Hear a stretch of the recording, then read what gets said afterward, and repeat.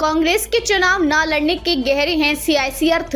कम सीटें मिलने के साथ हैं दूसरी वजह भी। प्रदेश के 9 विधानसभा सीटों पर हो रहे उपचुनाव में सपा और कांग्रेस के बीच गठबंधन का दावा किया जा रहा है, लेकिन असल में दिलों के मिलने पर संशय के बादल मंडराने लगे हैं। कांग्रेस के उपचुनाव नहीं लड़ने के फैसले से साफ है कि सपा से मिली 2 सीटों से पार्टी संतुष्ट नहीं थी।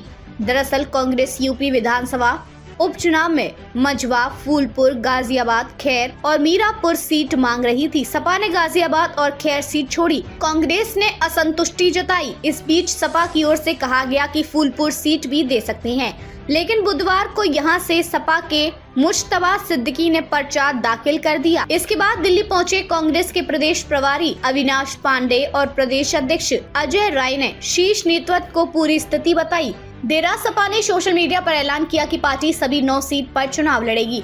बृहस्पतिवार दोपहर बाद दिल्ली में कांग्रेस ने कहा कि भाजपा को हटाने के लिए सीट नहीं, जीत जरूरी है। सपा का प्रदेश नेतृत्व भले ही गठबंधन कायम होने की बात कह रहा हो, लेकिन हालात कुछ और ही हैं। फूलपुर सीट से कांग्रेस के सुदेश यादव का पर्चा दाखिल करना इसका प्रमाण है। सपा की ओर से सीटें नहीं मिलने से कांग्रेस के प्रदेश स्तरीय नेता ही नहीं, बल्कि कई सीटों पर चुनाव लड़ने की तैयारी करने वाले भी खफा हैं। लखनऊ समेत कई जगह पर संविधान बचाओ सम्मेलन करने वाले पूर्व जिला जज BD नकवी कहते हैं कि आपसी सामंजस्य बनाए रखने के लिए कांग्रेस को सीटें मिलनी चाहिए थी। सामाजिक चेतना फाउंडेशन न्याय के सचिव महेंद्र मंडल कहते हैं कि कांग्रेस को सीटें नहीं देना सपा की हट धर्मिता है। सीटें छोड़ने का 2027 में मिलेगा फायदा। जानकारी के मुताबिक अब कांग्रेस नए सिरे से विधानसभा चुनाव 2027 की तैयारी करेगी, ताकि गठबंधन की जरूरत पड़ने पर सपा से आमने सामने बैठकर बात कर सके।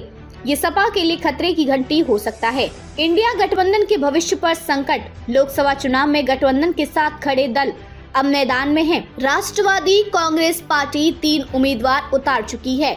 राष्ट्रीय जनवादी पार्टी, अपना दल, कमेरावादी समेत कई दल अलग राह पर चल पड़े हैं। ऐसे में गठबंधन के भविष्य पर संशय है।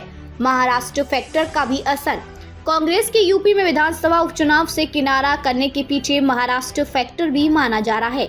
महाराष्ट्र चुनाव को लेकर महाविकास अघाड़ी में सीट बंटवारे पर सहमति बन गई है। कांग्रेस, रांगकपा और शिवसेना ठाकरे के बीच 85 सीट पर रजामंदी बनी है। वहीं सपा समेत अन्य सहयोगी दलों को 18 सीटें देने की बात हुई है।